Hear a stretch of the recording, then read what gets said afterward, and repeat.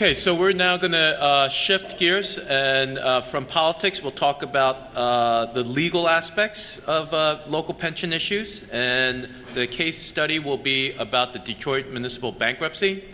Leading us in this discussion is Bob Klausner, who is the principal in the law firm of Klausner, Kaufman, Jensen, and Levinson. For 37 years, he's been engaged in the practice of law, specializing in the representation of public employee pension funds. And if you are a regular at our conference, you know he is a very good friend of NCPERS, has a very long history with us. And his firm represents state and local retirement systems in more than 20 states. Again, one other note that I'm particularly proud of in terms of Bob's personal bio is that in 2008, Bob successfully represented the Commonwealth of Kentucky and the Kentucky retirement system in the United States Supreme Court in Kentucky Retirement System versus the Equal Opportunity Commission. Please help me welcome Bob Klausner.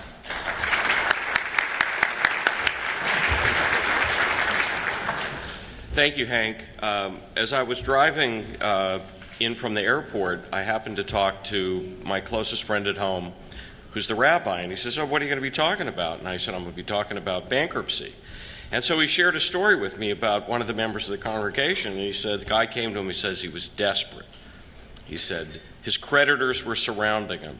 He said he was in danger of losing his home, he had kids, he didn't know what to do.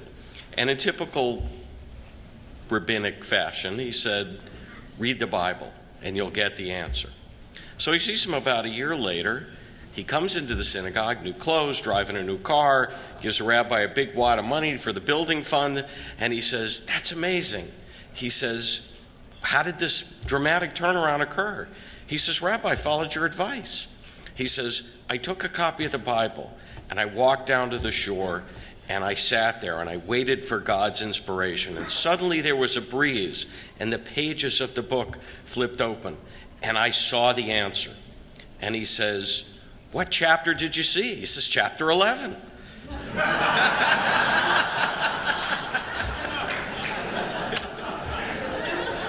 If only it were that easy.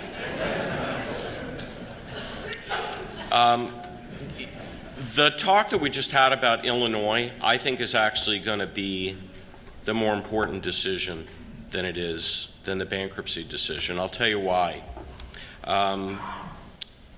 There have only been 33 municipal bankruptcies filed in the United States in the last 5 years.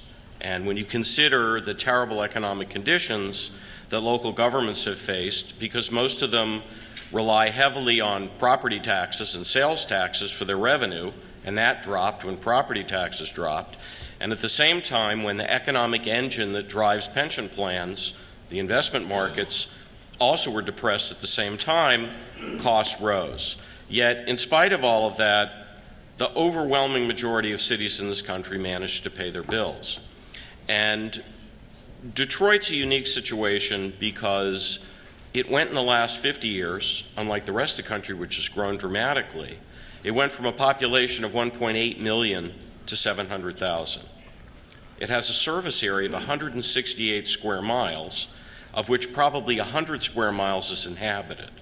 So literally, nearly a third of the city is abandoned and not paying any taxes. And their pension funds are actually very well funded. Police and fire is close to 100. The general plan for non-public safety employees is around 80%. And actually, both of them would be overfunded if the city had actually made a contribution in the last 3 or 4 years. And so the city of Detroit found itself, talk about running something as a Ponzi scheme. They engaged in some very exotic financing that proved to be a disaster. And of course, with diminished revenues and less than stellar leadership in the office of the mayor. By the way, there was a lesson there with the last, not Mayor Bing, who just left office, but his predecessor, who you remember went to jail because he lied about having a mistress when it was a city-owned cell phone that all of his salacious text messages were on that the newspaper got into public records demand. So if the public's paying for your telephone, don't text. The point is the city was very poorly run, and not just by Mayor Kilpatrick, but a long list of mayors that preceded him. And it was simply a question of falling revenues, falling tax structure, and the consequences that followed. Detroit sought bankruptcy protection in July, and where the case is right now is as follows. In the filing of a bankruptcy case, the first step is to determine whether the debtor, the person seeking bankruptcy protection, is eligible to file. And in the case of Chapter 9, Chapter 9 is solely for cities. And as Steve mentioned, states can't file for bankruptcy. There's a reason for that. States are sovereign. In our system of government, we have co-sovereigns. We have the states and we have the federal government. The federal government has only those powers given to it by the states in the federal Constitution. Otherwise, all other powers reside with the state, including the ability to raise revenue. But a city is different. A city is a corporation. In fact, that's what they call them. They're municipal corporations. It's simply a legislative creation in a state legislature that's intended to provide local services, and it's endowed with certain governmental powers, such as the power to raise revenue to tax, to enforce the law by having police departments, zoning departments, and to provide things like water, power, drainage, and a variety of other services, in some places even schools. But like all corporations, in fact all private corporations are chartered by the states in which they're located. The same, and as a state can dissolve a corporation for a variety of reasons, a state can also dissolve a municipal corporation. So cities are definitely different, and because private corporations can seek bankruptcy protection under Chapter 7 and go out of business, or Chapter 11 and reorganize, it was decided in the 1930s that cities, which were seriously financially distressed during the Depression when nobody was paying their taxes because most of the property belonged to the banks because everybody lost their homes in foreclosures, that these municipal corporations needed some ability to seek relief from their creditors as well. About half the states in the country allow cities to file for bankruptcy. In fact, 24 states do. Now that means if you live in one of the other 26 states, no matter how bad it is, the state can't go bankrupt. Of the 24 that allow bankruptcy, only a handful allow the filing by a city without any further involvement of the state government. Most states have said either there's a very limited type of entity that can go bankrupt, such as a power company or a waste disposal district or a water district, something that produces a service that's also replicated in some places in the private sector. Or it says you can file for bankruptcy protection, but with exceptions. And Michigan is one of those states. Michigan's bankruptcy law is interesting because in 2012, the voters in Michigan repealed the bankruptcy law that they had. The legislature passed it, and the voters said, no, we don't think cities, including Detroit, ought to be able to go bankrupt and impair pensions and in essence, fail to pay the debts that they owe to people who've either loaned them money or provided a service, like their workers. And yet, despite the fact that the voters repealed it, the legislature immediately goes back and repasses virtually the identical law, Public Act 436. And what that did is it said, with the permission of the governor, an emergency manager can be appointed for a city that's in financial distress, and then the emergency manager can file for bankruptcy. And here's what the fight's about in Michigan. It's very much like what the fight's about in Illinois and Texas, and we just had one in Louisiana, and we got one going on now in Florida, and there's one in Colorado, and one in Washington State, and there's one in California, several in California. It's always the same fight. Does the state constitution mean what it says? or not. And one of the things I learned in law school is what gave me a lesson that always stuck with me when we were discussing that words are supposed to have their plain and ordinary meaning, except when they don't. And only in legal mumbo jumbo can the word shall mean may, or the word may mean shall, or the word or mean and, or the word and mean or. And I believe that Lewis Carroll, in the process of writing Alice in Wonderland, also apparently must have been a judge in some of the courts that I've been in, because it is like a trip down the rabbit hole when you try to interpret these things. Michigan's Constitution says that participation in a public employee retirement system is a contract, and accrued benefits, undefined, by the way, shall not be diminished or impaired. Illinois actually has a broader constitutional provision, which they copied in the early 1970s from one that was adopted in New York in the 1940s, and doesn't talk about accrued benefits. It talks about your rights of participation cannot be diminished or impaired. So going back to Michigan now, here's the Constitution that says no law shall be passed which impairs the pension contract. And so what does the legislature do? They pass a law that allows an officer of the state to violate the Constitution by saying, go and diminish the pensions by going to bankruptcy court and doing it. This isn't really about interpreting the bankruptcy code. It's about the question of whether a state legislature can pass a law that allows somebody to go somewhere else and do something that you couldn't do directly. And there's a long doctrine in the law that says you cannot do indirectly what you cannot do directly, except in the legal world, except when you can. And that, again, is the case in Michigan. So the emergency manager is given the power to pretty much do anything. And so the first thing they do is they commission a study to see who owes what to whom. And when Detroit files for bankruptcy, it says it has about $18 billion of debt that it doesn't have assets to cover, which is a fairly substantial sum of money. No one disputes the fact that Detroit is seriously financially distressed. That's a polite way of describing their circumstances.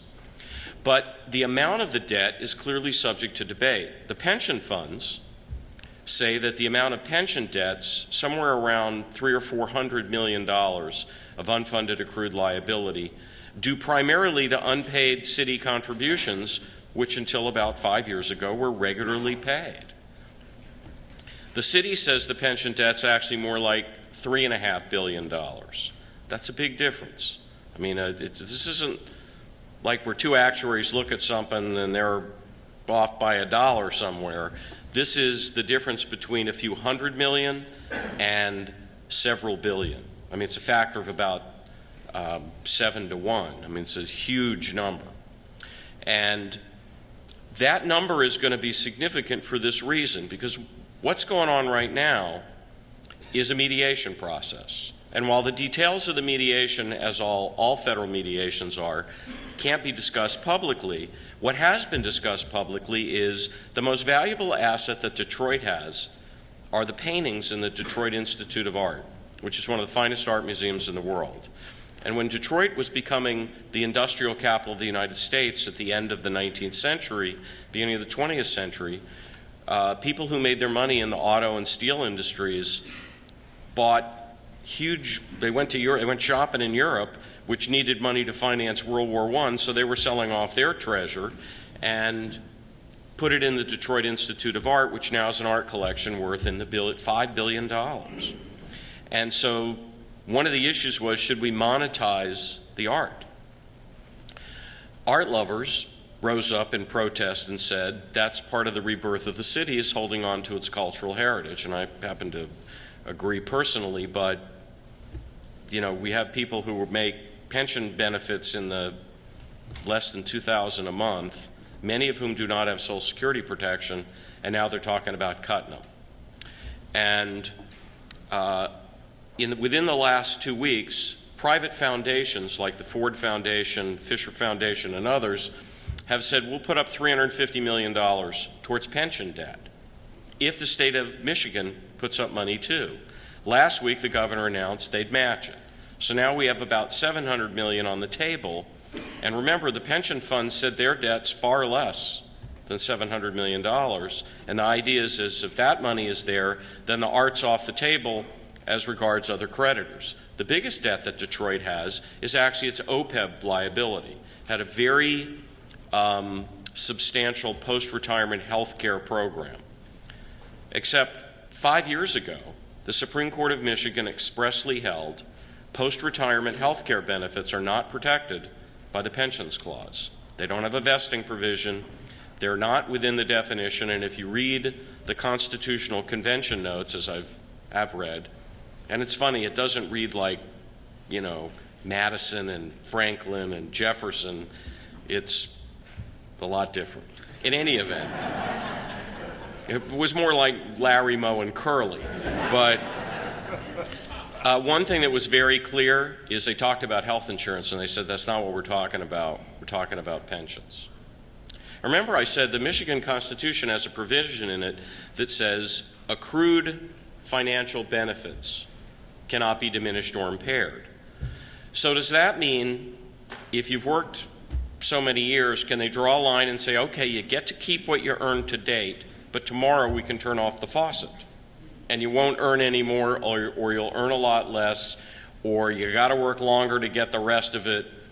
That actually is a case going on in Texas right now, which has a very similar constitutional provision, with one addition. It says you have to be vested to be covered by it. There is one case in Michigan, an unreported decision, and when a decision is unreported, it means for whatever reason the appeals court judges who heard it said it wasn't worth putting in the law books because it may have been such a unique factual situation. It's not something we would want to rely on as precedent in the future.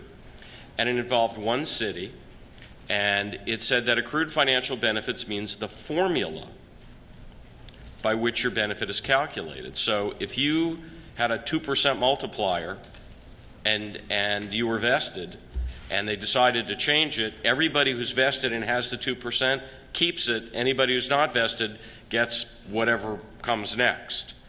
And that's going to be a debate in Michigan. All of this falls to bankruptcy judges who are different than other federal judges.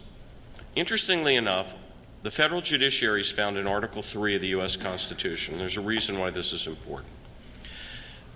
It says in Article 3, there shall be a Supreme Court of the United States and such inferior courts as Congress shall determine.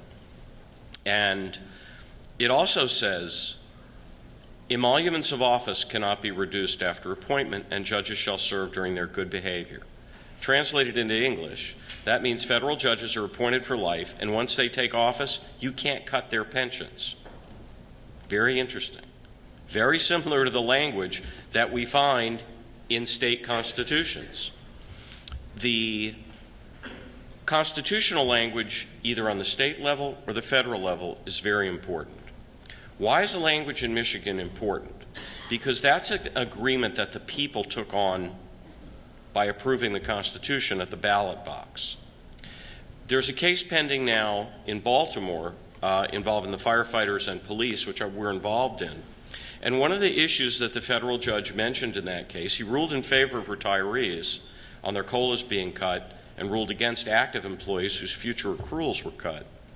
He said, the pension contract you have there was adopted by an elected city council. If it had been in the state constitution, I might have viewed the active member benefit differently. Yet in Michigan, that's exactly what happened.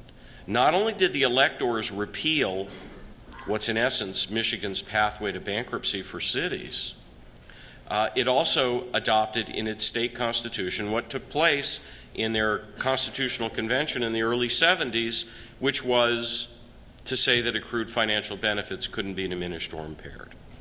The bankruptcy judge in Detroit, and I said once you file, you have to prove that you're eligible. You have to show that you have debts, obviously, that exceed your assets.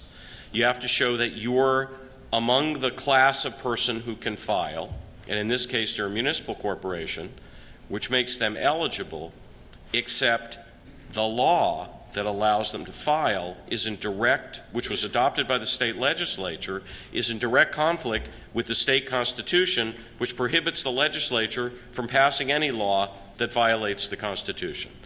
The bankruptcy judge looked at it all and said, I disagree. The bankruptcy law is a federal law and therefore trumps the state constitution. That's actually not what this case is about. Bankruptcy judges are not Article 3 judges. They're not appointed for life. They're what we call Article 1 judges. Bankruptcy judges are judges that were created under the Commerce Clause. Before the current Constitution, we had articles, this is what a better place than to have this lesson. Before the current U.S. Constitution was adopted in the 1780s, we had the Articles of the Confederation. And what used to happen is the states controlled their own commerce. So if you wanted to cross the Potomac from Maryland into Virginia, you might have to pay a duty on whatever goods you floated across the river. And so everybody realized when the current Constitution was formed that we had to have a national system of controlling commerce. And that's exactly what's in the Article 1 of the U.S. Constitution, which is where bankruptcy authority comes from. There's a whole list of what powers the states decided to give to Congress. One of the powers is to establish a system of bankruptcy, because you used to have different bankruptcy laws in each of the original states, and it was you could get your debts wiped out. You go to bankruptcy court in Georgia, get your debts wiped out, you cross the Savannah River into South Carolina, and you owed somebody money there. Didn't matter that your debt got wiped out into Georgia. You went into debtor's prison in Charleston, and it's a lovely place to be in prison before they had air conditioning. And the point being that obviously was unworkable. So now we have a federal bankruptcy system, and we had to appoint somebody to, in essence, referee this thing. So that's been determined. Part of Congress's ability to establish a system of bankruptcy is to appoint judges to hear the cases. The other thing Congress has the ability to do is to regulate commerce. The ability to regulate commerce is where you get the authority to have bankruptcy. So the question is, does a bankruptcy judge, who is essentially appointed for the purpose of determining application of the bankruptcy code, have the ability to nullify a state constitution? When in our system, the 10th Amendment of the U.S. Constitution says, all powers not expressly granted to Congress are reserved to the states. And so, as I said, we have this co-sovereign system here where the Supremacy Clause, which says federal laws are supreme, only within that area of the law, that area of the Constitution where the states gave up their power. And nowhere, in my view, did, or of those who were advocating on behalf of the pension systems and the retirees and the labor unions, does it say that they gave up the power to have an enforceable state constitution. In this eligibility process, that was what was argued, was made Detroit ineligible to file, not for bankruptcy period, but it said the law, to the extent it allowed the impairment of pensions. Michigan's law said you can authorize a bankruptcy with conditions. Had the governor said, I authorize an emergency manager to seek bankruptcy protection and to seek relief from all debts except the pension plan, I'd make a lot less money. And so would a lot of other lawyers. By the way, the leading industry right now in Michigan is bankruptcy lawyers. And they get paid up front, by the way. So the issue is, why didn't the governor do that? We don't know that answer, other than the Attorney General of Michigan gave an opinion that said, you can't impair the state constitution. Yet the Attorney General also employs a Solicitor General, who's like the trial lawyer person. In the federal system, the U.S. government is represented in the federal courts and primarily at the U.S. Supreme Court by the Office of the Solicitor General, who is nominally part of the Justice Department. The Solicitor General, even though he works for the Attorney General, has said, I'm looking forward to defending the judge's determination that Detroit was eligible to file for bankruptcy. So the lawyer who works for the boss has said, I have a different opinion than you, and I'm looking forward to going to court, while you go to court at the same time from the same office and argue exactly the opposite. Like I said, Alice in Wonderland. So where does that leave the pension systems in Detroit? Right now it leaves us in two places. Number one, it leaves you in mediation. Certainly in any litigation, I will tell you, having been a lawyer for a very long time, the best solution to any lawsuit is to settle it. Because presumably everybody is moderately unhappy, and you cut out your biggest expense in litigation, which is paying the litigators. And if everybody gets something in the deal, then it was a right decision. That mediation is continuing. The other place where the case is going, and again, another unusual circumstance, a determination of eligibility. When the judge says, I determine that this debtor is eligible to go forward, and the next thing after that is the debtor comes forward and says, here's my plan for how I'm going to run the business going forward, and what debts I think ought to get cut off, and what debts I'm going to pay, and how everybody's going to get a piece of something, and then everything else gets wiped out, and I, the debtor, get a clean slate. But before that, that plan of adjustment comes out, the decision of eligibility is immediately appealable to the U.S. Court of Appeals for whatever state you happen to, that covers whatever part of the country you're located in. Michigan is located within the 6th U.S. Circuit. The United States is divided up into appellate districts, and a number of states, or the federal trial courts, are reviewed by this circuit that covers a larger number of states. And the states that are covered by the 6th is Michigan, Ohio, Tennessee, and Kentucky. And it's an interesting court because it's had a fairly good history of being protective of employee rights. In fact, it's the only federal circuit that actually found a federal constitutional right to post-retirement health care. The 6th Circuit also recently upheld an injunction against doing away with retiree health care for the city of Flint that had been entered by a federal trial judge. So it'll be interesting to see where this goes. But you need the appeals court's permission to be heard, or they'll tell you wait till the end and we'll hear it all at once. The bankruptcy judge has urged the Court of Appeals not to take it and not to expedite the case. In fact, they said, look, we're mediating. This was in his order. He says, we're mediating here. We think before you look at it, you need to go call the chief federal trial judge in Detroit and have a talk with him. Don't listen to the lawyers. And I've never seen that one before. But then there's nothing common about the case in Detroit because it's such an extraordinary situation. Have other cities sought bankruptcy protection that involve pensions? Well, there have been other cities. Pritchard, Alabama, a little teeny town right near Mobile. They had zero bonded indebtedness. They had no bonds. But they never put one nickel into their pension system that was established in 1956 by the Alabama legislature. And it was amazing. They ran out of money. They didn't put anything in. They couldn't understand if they had blank checks why they didn't have any money. That was a discussion I used to have with my kids when they were in college. What do you mean I'm overdrawn? I have checks in my checkbook. So they settled with their retirees, and now there's a adversarial bankruptcy proceeding with the active employees, and that continues. Vallejo, California, sought bankruptcy protection. Interestingly enough, in that case, the bankruptcy court set aside the union agreements, the collective bargaining agreements, but Vallejo did not challenge its obligation to CalPERS, the California Public Employee Retirement System. And the reason was actually a business decision. They had lost so many employees due to the bankruptcy, they knew if they got rid of the pension that everybody else would have left and there would have been nobody to run the place. So they continue to pay their obligation to CalPERS. The same thing just happened in Stockton, California, also a very depressed area. And they made a deal where the bondholders took the hit. And that's very interesting because there was a program that I participated in last week about municipal bonds and bankruptcy versus pension and bankruptcy, and of course the bond people think they get to come first. And I said, but that's an investment, and whenever you make an investment, as pension funds do, you take a risk.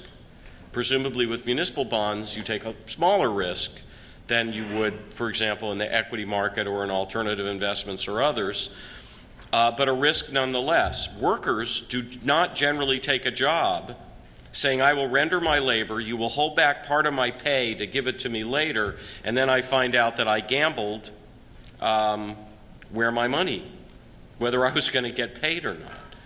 That might work in Las Vegas, but it doesn't work here. And so I think that's an issue that's also going to be decided. In fact, that is the issue in San Bernardino, California, where the bondholders, actually the insurance company for the bondholders, pushed back and said CalPERS needs to take a haircut on their contribution, and just like we're going to take a haircut on getting back some of the money on the bonds. And the bankruptcy court agreed. And that's now on appeal on an expedited basis to the U.S. Court of Appeals for the Ninth Circuit.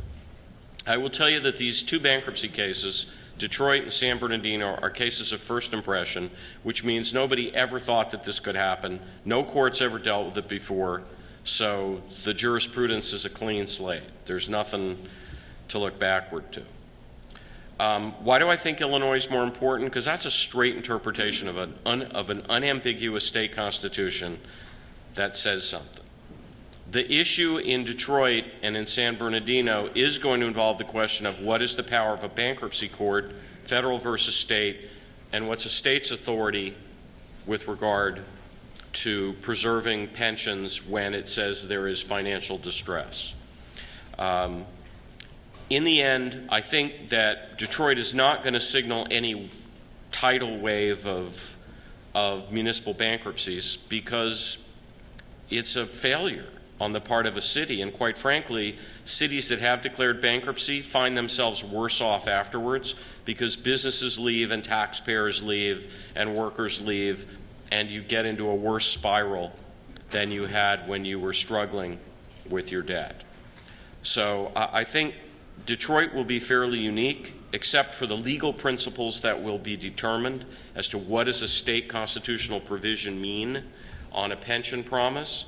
And I think that that's going to get determined in Illinois as well. The difference is in Illinois, it's been filed in a state court, and both San Bernardino and Detroit will be heard in a federal court of appeals. And I know there's questions because I hear them all the time, and I would love to now take the time in the remaining 13 minutes and 26, make that 5 seconds, to answer your questions. And if not, I'll tell more jokes. Any questions about the bankruptcy? Yes. Concerning Detroit, what's your opinion on allowing the city concerning the art? It seems to me that they want to get the protection of the bankruptcy laws, yet they don't want to suffer the consequences. They want to be able to say, well, this, we're not going to sell things that we don't want to sell to make the debts. Well, that's been the argument of everybody that Detroit owes money to, is we all love art, but you're the one who got in trouble, and you can't say, I paid to give up some precious prize that I have, which has great value, but not pay you your wages. And that's really the issue. And that's why I think private money, that's why this is so unique, because private money is willing to step forward. Another issue in Michigan is the way their constitution is written. One could argue that if the city defaults on the pensions, it then becomes the problem of the state legislature. And what Steve mentioned in the last session about Illinois is he said, well, we're giving you something. We're giving you an offsetting advantage to the disadvantage that we have foisted upon you. Now, the law around the country about pension contracts is if you change one thing that has a detriment, it's okay if you offset it with something that has an offsetting advantage, but, there's a but there, as long as the new advantage is of equal or greater value than the disadvantage that you just foisted on us, measured from the individual or group of individuals that's most disadvantaged by the change. In other words, you look at who took the biggest hit, and did the new thing help out the people who took the biggest hit in the greatest way? Because the theory would be that it balances out. If the worst turns into the best, then it should average out for everybody else. The argument's going to be, for example, in Illinois, is, as was mentioned, the Illinois Supreme Court said, I don't know, it's been 15 years, they said, or longer, they said, pensions are a contract but not funding.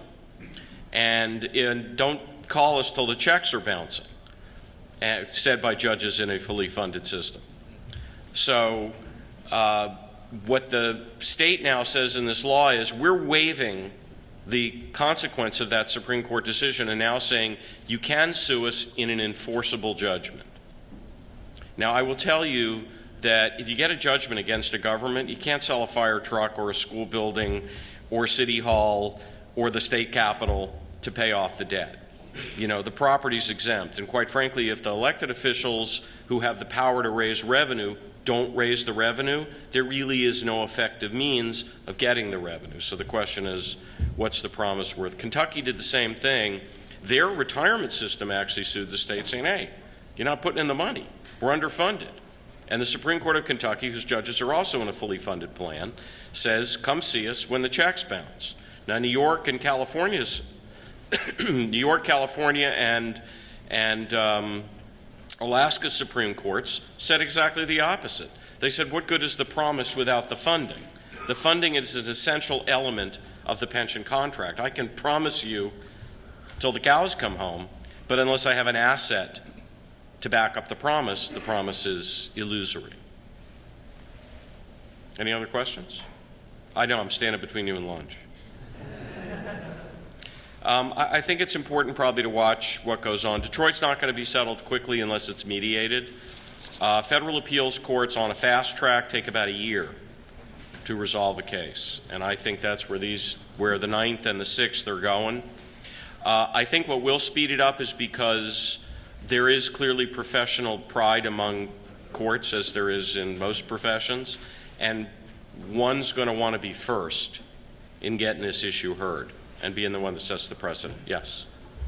So who do we want to be first as pension plans? Do we want the 6th or the 9th? I don't know, because I don't know which 3 judges are going to get it.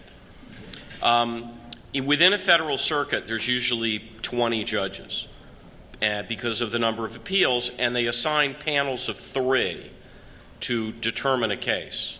Now, once a panel of 3 has determined a case, the entire court, however, can decide to rehear it. The case that Hank talked about that I had that went, down the street here to the Supreme Court, it went to the U.S. Court of Appeals for the 6th Circuit 3 times, came back, went back up there, a 3-judge panel upheld a judgment in favor of Kentucky. The EEOC asked the entire court to rehear it. One of the 3 judges changed his mind and said, okay, let's rehear it. The other 14 of them all piled into a room. You argued to 17 federal appeals court judges. And the only thing that's worse than that is the first time I had one of those cases where there were 25 of them, and they just told me to be quiet while the adults argued. So I was been a lawyer like 2 years when I had that first one. But this one, they argued and reversed it by a vote of 10-4. The U.S. Supreme Court voted to take the case, and by a vote of 5-4, reinstated the original trial court decision and threw out the 10-4 decision. I got no clue, is the answer. I don't know. The 9th is traditionally regarded as a liberal court, but it doesn't have much history in the public pension area. The 6th has handled 2 major age cases, and in one they were supportive of the retirement system's view, in the other they were not. So I don't know the answer. And remember, it's the people on it who hear it, and because assignments are done by a blind filing system, You won't know until you see the panel who it's going to be. Once the panels are announced, there is a way to search and see what their decisions have been and where their thinking is. You know, with clients, I don't gamble, and I never predict what courts are going to do because it is not science. It is, you know, in a lab, you put, you know, 2 chemicals in a test tube and you shake it up and put it over the heater, and it's either going to turn into something or explode because science says that's what the rule is. An appeals court is 3 judges, 3 human beings wearing a black robe who listen to a bunch of other human beings wearing suits, tell them what they think they need to know, and then they go into the back room and decide which side hired the better lawyer. So it's an art, it's not a science, and it is easier to handicap things with 4 legs and a saddle than it is to handicap 3 things with 2 legs wearing black robes. If we have no other questions, then class dismissed. Thank you.